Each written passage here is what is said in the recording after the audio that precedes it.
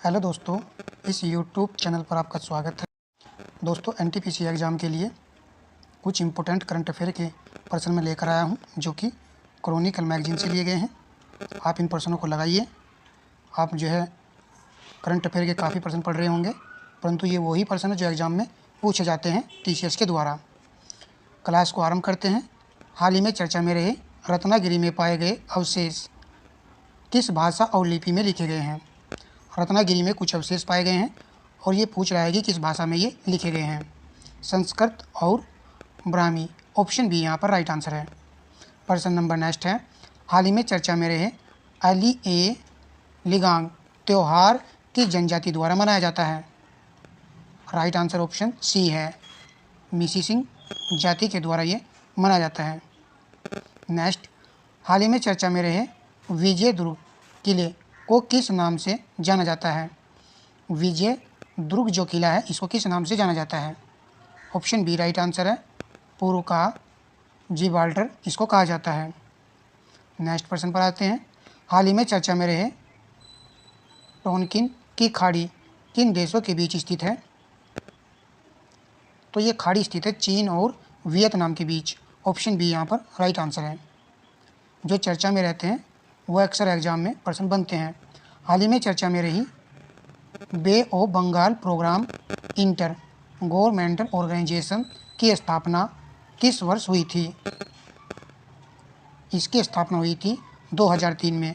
हो सकता है कि Bay of Bengal programme inter governmental organisation की स्थापना किस वर्ष हुई थी? तो ये हुई थी 2003 में। सहकारी बैंकों का नियमन कौन करता है? सहकारी बैंकों की ये चर्चा कर रहा है क्वेश्चन में। ऑप्शन सी राइट आंसर है, सहकारी समितियों के रजिस्ट्रार। नेक्स्ट, हाल ही में चर्चा में रहे माजोराना वन क्वांटम चिप किस कंपनी द्वारा विकसित की गई है? मोस्ट इंपोर्टेंट क्वेश्चन रहेगा ये। माजोराना वन क्वांटम चिप किस कंपनी द्वारा विकसित की गई है? ऑप्शन सी राइट आंसर है, माइक्रोसॉफ्ट के द्वारा इसको विकसित किया गया है। नेक्स्ट, हाल ही में चर्चा में रहे भारतीय संविधान का अनुच्छेद 101 का 4 किससे संबंधित है? ग्रेजुएट लेवल एनटीपीसी जो एग्जाम हुआ था, भारतीय संविधान के करंट वाले क्वेश्चन भी पूछे गए थे। राइट आंसर होगा ऑप्शन बी, संसद सदस्य की अयोग्यता से संबंधित है 101 का 4। नेक्स्ट, हाल ही में चर्चा में रहे अनुच्छेद 72 के अंतर्गत राष्ट्रपति को कौन सा अधिकार प्राप्त है? ये भी चर्चा में रहा था, परंतु जीएस की दृष्टि से भी ये अच्छा क्वेश्चन है। तो ऑप्शन बी राइट आंसर है, दया याचिका स्वीकार करना। तो राष्ट्रपति अनुच्छेद 72 के तहत किसी पर भी दया याचिका स्वीकार कर सकते हैं, उसकी सज़ा को माफ़ कर सकते हैं। प्रश्न नंबर नेक्स्ट पर आते हैं। हाल ही में अंतर्देशीय जलमार्ग टर्मिनल IWT का कहाँ उद्घाटन किया गया है? ये भी मोस्ट इम्पोर्टेंट क्वेश्चन रहेगा एग्जाम के लिए। अंतर्देशीय जलमार्ग टर्मिनल है, इसका उद्घाटन जोगी घोपा असम में किया गया है। सी विकल्प आपके प्रश्न का राइट आंसर है। प्रश्न नंबर नेक्स्ट है, लोकपाल के अंतर्गत प्रधानमंत्री की जांच कब की जा सकती है? लोकपाल के अंतर्गत कह रहा है कि प्रधानमंत्री की जांच कब की जा सकती है? ऑप्शन बी राइट आंसर है, जब लोकपाल के 2/3 सदस्यों की सहमति हो, तभी प्रधानमंत्री की जांच की जा सकती है। नेक्स्ट पर आते हैं, भारत में लोकपाल की स्थापना की प्रेरणा किस देश के अम्बेडसमैन प्रणाली से ली गई है? तो लोकपाल की स्थापना की प्रेरणा किस देश से ली गई है? राइट आंसर ऑप्शन सी है, स्कैंडिनेवियाई देश से ली गई है। नेक्स्ट प्रश्न को लगाते हैं। भारत में उच्चतम न्यायालय के न्यायाधीश को हटाने की प्रक्रिया किस अधिनियम के तहत निर्धारित की गई है?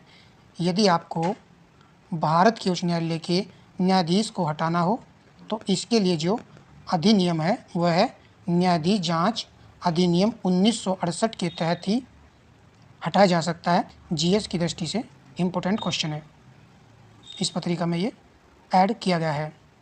भारत के पहले स्वचालित जैव चिकित्सा अपशिष्ट उपचार संयंत्र का नाम क्या है? ऑप्शन सी राइट आंसर है, सर्जनम ये इसका नाम है। नेक्स्ट पर आते हैं, उच्चतम न्यायालय के किसी न्यायाधीश को हटाने के लिए संसद में प्रस्ताव पारित करने के लिए कितनी विशेष बहुमत आवश्यक होती है? उच्चतम न्यायाधीश के किसी न्यायाधीश को हटाने के लिए तो ऑप्शन बी राइट आंसर है, 2/3 उपस्थिति और मतदान करने वाले सदस्य। देखिए इंपॉर्टेंट है जीएस की दृष्टि से, संविधान का क्वेश्चन है और ये हम जो अप्रैल 2025 समसामयिकी क्रॉनिकल से देख रहे हैं। आपने एग्ज़ाम का रिव्यू देखा होगा, एग्ज़ाम में जो है अक्टूबर 2024 से लेकर के 2025 की करंट अफेयर पूछी जा रही है। इसलिए दोस्तों हम क्रम में वीडियो लगाते हुए चल रहे हैं ताकि आपका अच्छे से रिवीजन हो जाए। एक क्लास हमने ऑलरेडी दे दी है, ये हमारी दूसरी क्लास है करंट अफेयर की। ऐसे करते हुए चलेंगे और सभी करंट अफेयर के चुनिंदा प्रश्नों को कवर कर लेंगे। जिनका भी आगामी परीक्षा है उनके लिए मोस्ट इंपॉर्टेंट ये क्वेश्चन रहने वाले हैं। भारत के 26वें मुख्य चुनाव आयुक्त के रूप में किसे नियुक्त किया गया है? तो ये 26वें क्रम भी पूछ लिया जाता है। राइट आंसर होगा option C, Gyanesh Kumar. Next person, Bharat सरकार द्वारा जांच की गई AI फॉर एंटरप्रेन्योरशिप पहल के तहत कितने लाख युवाओं को प्रशिक्षित करने का लक्ष्य है? भारत सरकार द्वारा लॉन्च की गई है ये, और इसमें 1 लाख युवाओं को प्रशिक्षित करने का लक्ष्य है। ऑप्शन ए यहाँ पर राइट आंसर है। नेक्स्ट पर आते हैं, हाल ही में किस देश में तमिल कवि और दार्शनिक तिरुवल्लुवर की प्रतिमा का अनावरण किया गया है? किस देश में किया गया है? ये तमिल कवि हैं। राइट आंसर होगा ऑप्शन डी, फिलीपींस में। क्या आंसर रहेगा? फिलीपींस रहेगा। अच्छा क्वेश्चन है ये भी। प्रश्न नंबर 30 है, 5वीं बहुपक्षीय नौसेना अभ्यास कोमोडो का आयोजन कहाँ किया गया है? राइट आंसर होगा ऑप्शन ए, इंडोनेशिया में। नेक्स्ट पर आते हैं, हाल ही में यूके में मानद नाइटहुड की उपाधि से किसे सम्मानित किया गया है? यूके में सम्मानित किया गया है एन चंद्रशेखरन को। ऑप्शन सी राइट आंसर है।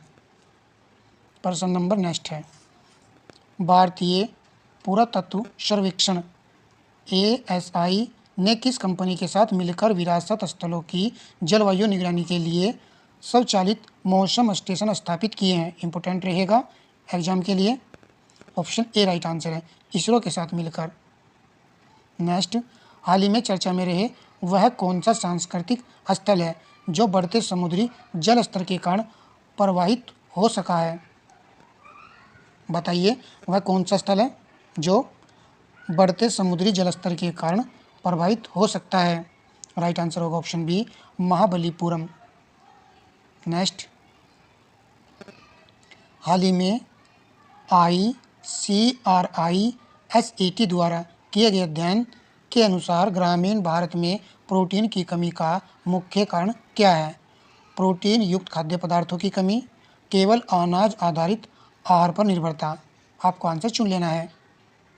ऑप्शन बी राइट आंसर है, केवल अनाज आधारित आहार पर निर्भरता ही ग्रामीण भारत में प्रोटीन की कमी का मुख्य कारण है। चलिए प्रश्न नंबर नेक्स्ट है, भारतीय संविधान का कौन सा अनुच्छेद उच्च न्यायालयों में सेवानिवृत्त न्यायाधीशों की पुनर्नियुक्ति की अनुमति देता है? जो न्यायाधीश सेवानिवृत्त न्यायाधीशों की पुनर्नियुक्ति की अनुमति देता है वह अनुच्छेद देखना है। ऑप्शन बी राइट आंसर, अनुच्छेद 224A है। नेक्स्ट पर आते हैं, हाल ही में चर्चा में रहे लोक प्रहरी बनाम भारत संघ 2021 मामले में सर्वोच्च न्यायालय ने क्या निर्देश दिया था? तो ऑप्शन बी राइट आंसर है, केवल आपराधिक अपीलों के लिए अस्थायी न्यायाधीश नियुक्त किए जाएं। केवल आपराधिक अपीलों के लिए अस्थायी न्यायाधीश नियुक्त किए जाएं। लोक प्रहरी बनाम भारत संघ 2021 मामले में सर्वोच्च न्यायालय ने यह निर्देश दिया था। प्रश्न नंबर नेक्स्ट है, हाल ही में चर्चा में रहे एडवोकेट संशोधन विधेयक 2025 के तहत बार काउंसिल ऑफ इंडिया पर किसे नियंत्रण करने का अधिकार है? तो राइट आंसर होगा ऑप्शन सी, केंद्र सरकार को। नेक्स्ट प्रश्न को देखते हैं, प्रधानमंत्री का नई 15 सूत्रीय अल्पसंख्यक कार्यक्रम का मुख्य उद्देश्य क्या है? यह क्वेश्चन भी इम्पोर्टेंट है। यदि इस वीडियो में आपको एग्जाम में 2 से 3% भी मिल जाते हैं कम समय में तो यह आपके लिए बेस्ट रहेगा। चलिए प्रश्न को लगा लीजिए। राइट आंसर होगा ऑप्शन ए, अल्पसंख्यकों के लिए सरकारी योजनाओं की सुनिश्चित भागीदारी, यही है प्रधानमंत्री का नई 15 सूत्रीय अल्पसंख्यक कार्यक्रम। प्रश्न नंबर नेक्स्ट है, हाल ही में जारी भ्रष्टाचार धारणा सूचकांक CPI 2024 में भारत की रैंक क्या थी? ये 2024 का है, परंतु जारी किया गया है 2025 में। राइट आंसर होगा ऑप्शन बी, 96 रैंक प्राप्त हुई है भारत को भ्रष्टाचार धारणा सूचकांक में। अगला AI शिखर सम्मेलन किस देश में आयोजित किया जाएगा? तो इसका आंसर हो जाएगा ऑप्शन डी, भारत देश में इसको आयोजित किया जाएगा। प्रश्न नंबर नेक्स्ट है, हाल ही में राष्ट्रीय स्कूनर चैंपियनशिप का खिताब किसने जीता है? तो ये खिताब जीता है पंकज आडवाणी ने। ऑप्शन बी यहाँ पर करेक्ट आंसर है। प्रश्न नंबर नेक्स्ट है, पूसा कृषि विज्ञान मेला 2025 का विषय क्या है? आप देख रहे होंगे, इंपॉर्टेंट क्वेश्चन है ये भी। तो राइट आंसर होगा ऑप्शन डी, उन्नत कृषि विकसित भारत। पूसा कृषि विज्ञान मेला 2025 का ये विषय है, उन्नत कृषि विकसित भारत। प्रश्न नंबर, इस वीडियो का ये लास्ट है। वीडियो को दोस्तों शेयर कर दीजिए और लाइक भी अवश्य कीजिएगा। जरा भी लगा आपको कि अच्छे क्वेश्चन थे तो वीडियो को लाइक करके अवश्य जाइएगा। मत्स्य 6000 क्या है जिसने फरवरी 2025 में बंदरगाह पर सफलतापूर्वक पानी के अंदर प्रशिक्षण पूरा किया है? मोस्ट इंपोर्टेंट क्वेश्चन रहेगा मत्स्य 6000। तो राइट आंसर होगा ऑप्शन सी, 1/4 पीढ़ी का गहरे समुद्र में चलने वाला पनडुब्बी है ये। वेरी इंपॉर्टेंट क्वेश्चन है। तो ठीक है दोस्तों, इसी प्रकार के क्वेश्चन लाते रहेंगे यदि विद्यार्थियों का फीडबैक अच्छा रहा तो। धन्यवाद दोस्तों।